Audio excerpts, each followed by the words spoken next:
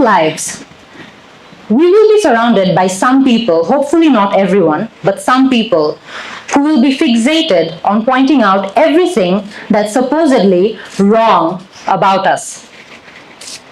It can be the way you walk, it can be the way you talk, it can be the way you lead your life, it can be the books you read, the clothes you wear, it can be anything. But they will be fixated on telling you everything that's supposedly wrong about you. I want you to remind yourself, I also want to remind myself, that don't let these haters get you down.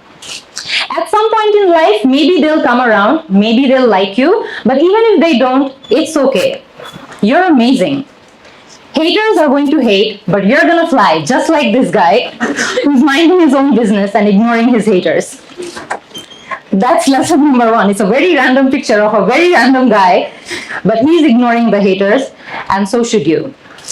It's even a more poignant lesson for someone like me, because I'm on social media and people can be extremely cruel if they get the chance on social media.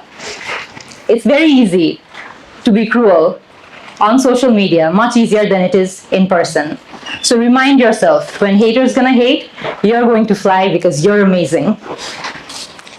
Next, a very, very generic advice, yet again, but very relevant. Sleep enough.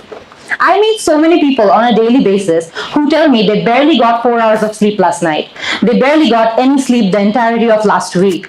Some of my friends are taking melatonin. Apparently that's the new thing. Instead of sleeping pills, they're taking melatonin just so that they can shut down their brain and go to sleep. Get some sleep while you still can, because at some age you're going to want it a lot, but it's not going to come to you.